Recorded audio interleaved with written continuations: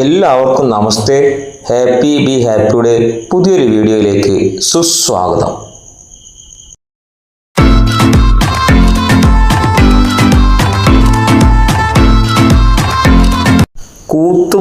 കൂത്തമ്പലത്തെക്കുറിച്ചും അതിന് കിട്ടുന്ന പ്രസാദത്തെക്കുറിച്ചുമാണ് ഈ വീഡിയോ.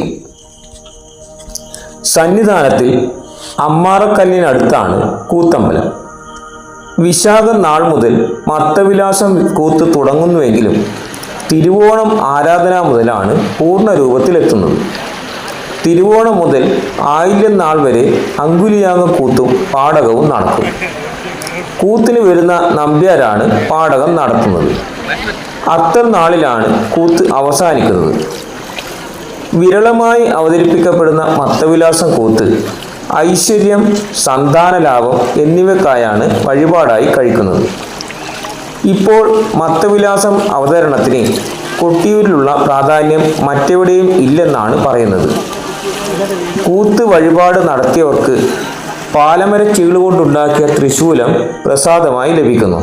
മാണി കുടുംബത്തിനാണ് കൊട്ടിയൂരിൽ കൂത്ത് നടത്തുന്നതിനുള്ള പാരമ്പര്യാവകാശമുള്ളത്. മണിത്തറ, അമ്മാറക്കൽ, കൂത്തമ്പലം എന്നീ സ്ഥാനങ്ങളിലെ വിളക്കുകൾ പ്രധാന ദീപങ്ങളാണ്. ഉത്സവാരംഭത്തിനു മുമ്പ് ഇവ ഒരുമിച്ച് തെളിയിക്കുകയും അവസാനം ഒരുമിച്ച് അണയ്ക്കുകയും ചെയ്യുന്നു. കുറച്ചു കാര്യങ്ങൾ നമുക്ക് ഇപ്പോഴത്തെ ജന്മാശാരി ശ്രീ ശിവൻ മണത്തണയോട് ചോദിക്കാം. കൂത്തുമായിട്ട് ബന്ധപ്പെട്ട കുറച്ച് കാര്യം പറഞ്ഞാൽ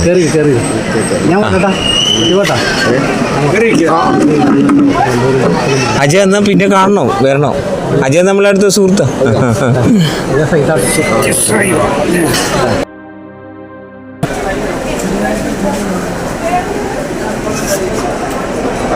നമസ്തേ, നിങ്ങൾ ഇവിടുത്തെ ജന്മാശാരിയാണല്ലേ? ശരി. ഈ കൂത്തുമായിട്ട് ബന്ധപ്പെട്ട കുറച്ച് കാര്യങ്ങളൊന്ന് പറയാൻ പറ്റുമോ? കൂത്തുമായിട്ട് നമ്മൾ ശൂലം കൊടുക്കണം. അത് കാര്യസാധ്യത്തിന് വേണ്ടിയിട്ടില്ല.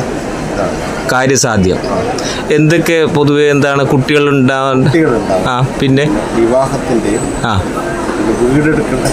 വീടെടുക്കണ്ടേ, കല്യാണം നടക്കാത്തതിൻ്റെ അതുണ്ടോ? അതുണ്ട് അല്ലേ? അതെ. ഈ കൂത്തിന്റെ പേര് മത്തവിലാസം കൂത്താണ്. മത്തവിലാസം കൂത്ത് അല്ലേ? അത് ശരി. ചാക്യാറാണ് നടത്തുന്നത്. നമ്മളിത് ഉണ്ടാക്കി കൊടുക്കുക. ഉണ്ടാക്കി കൊടുക്കുക മാത്രമാണ് നമ്മളെ കർത്തവ്യം. അതെ അല്ലേ?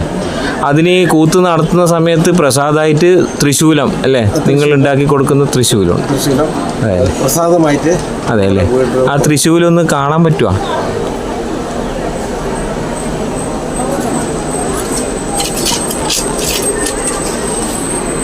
കപാലശൂലം. അങ്ങനെയാണ് കപാലശൂലം അല്ലേ? അത് ശരി. കപാലശൂലം അല്ലേ? അപ്പം ഇതാണ് അതിന് പ്രസാദമായിട്ട് കൊടുക്കുക. പൊതുവെ എപ്പോഴൊക്കെ കൂത്ത് ഉണ്ടാവുക? കൂത്ത് വൈകിട്ട് 7:30. എല്ലാ ദിവസവും രാശി പ്രകാരമല്ലേ? അതും വ്യത്യാസം വരൂലേ? രാശി നോക്കിയിട്ട് തന്നെയാണ് അത് കൂത്തിൻ്റെയും വരുന്നത് അല്ലേ? അത് ശരി. പിന്നെ നിങ്ങളെ സ്വാമിൻ്റെ സ്വദേശം മണത്തണ അല്ലേ? അത് ശരി. ഇതിൽ ഈ ജന്മാശാരിയായിട്ട് കുറേ വർഷങ്ങളായോ? എങ്ങനെയാണ് അതിൻ്റെ ഇത് വരുന്നത്? ഇത്രയും കാലം അച്ഛനായിരുന്നു.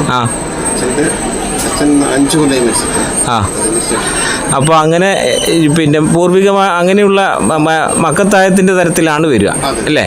അത് പാരമ്പര്യമായിട്ട് അങ്ങനെ തന്നെയാണ് വരുന്നത് അല്ലേ? അത് ശരി. നിങ്ങളെ പേരൊന്നും അറിയാം? ശിവൻ അല്ലേ? അതെ അല്ലേ?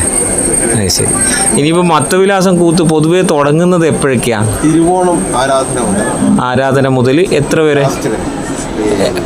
തൃക്കലശാട്ടിൻ്റെ അന്ന് വരെ ഉണ്ടാവും. അത്തം വരെ ഉണ്ടാവും അല്ലേ? അപ്പോൾ അതിന് പൊതുവേ നമ്മൾ വഴിപാടായിട്ട് അതിന് റെസീറ്റ് കഴിപ്പിച്ചിട്ട് മത്തവിലാസം കൂത്തിൻ്റെ അവിടെ ഏൽപ്പിക്കുക വേണ്ടത് അല്ലേ? അവിടെ ചാക്യാറടുത്ത് ഏൽപ്പിച്ചാൽ മതി. അത് ശരി. വൈകിട്ടാണിത്. 9 മണി കഴിഞ്ഞാൽ പ്രസാദം കിട്ടും. പിറ്റേന്ന് രാവിലെ വാങ്ങും. അതാ ഞാനെന്ന് വാങ്ങിച്ചത് പിറ്റേന്ന് രാവിലെയാണ്. മാത്രമല്ല അടിയന്തരാവകാശ അതും ജന്മാശാരിൻ്റെ ഇതിൽ പെട്ടതാണ്. അത് ശരിയാ.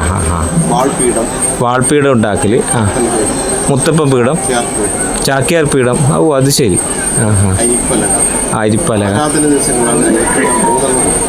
ഓ അത് ശരി. ആ ഹാ ഹാ. പാത്തികൾ ഉണ്ടാക്കണം. അത് ശരി. ആ നെയ്പാത്തി അല്ലേ? ഇളനീര് പാത്തി, കലശപ്പാത്തി. ആ ആ അഴിയും കലം. അത് എന്നാണ് അതിൻ്റെ ഒരു താങ്ങി നിർത്തുന്നത് അല്ലേ? അത് ശരി. ആ ഹാ ഹാ.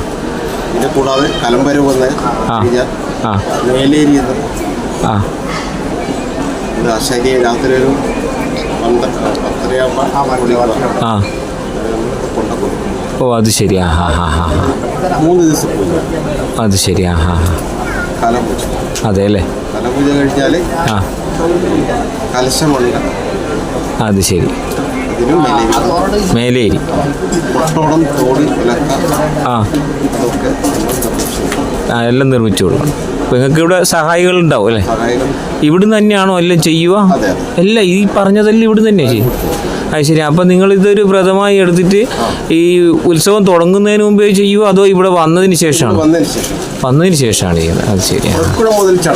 ആ പ്രക്കുഴ. ആ നീരന്തരത്തിന് ആ കണ്ണീർക്കുടി വാങ്ങിച്ചിട്ട് ആ ഒറ്റപ്പിലാനും ആ ആശാരി പുറകലിനും ആ തറയുമിൽ കയറി ആ ആശാരിയുടെ കത്തിൽ നിന്ന് അളന്നു കൊടുക്കുക. ആ പ്രക്കൂഴെന്ന് പറഞ്ഞാൽ ആ ഒരു അരി അളവാണ് അല്ലേ? പ്രക്കൂഴെന്ന് പറയുന്നത് അരി അളവാണല്ലേ? ആ ആ അത് ശരി.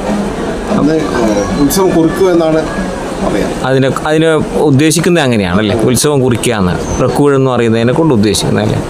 അത് ശരി. ആ ആ. അപ്പോൾ നമസ്തേ, വളരെ നന്ദി. വളരെ നല്ല കാര്യങ്ങളാണ് നിങ്ങൾ പറഞ്ഞു തന്നത്. ആയിക്കോട്ടെ, ശരി. നന്നായി പറഞ്ഞു വന്ന ശിവേട്ടന് നന്ദി പറയുന്നു. ശിവേട്ടന് കൊട്ടിയൂർ പെരുമാളിൻ്റെ അനുഗ്രഹം ഉണ്ടാവട്ടെ എന്നും ആശംസിക്കുന്നു, പ്രാർത്ഥിക്കുന്നു. നമസ്തേ.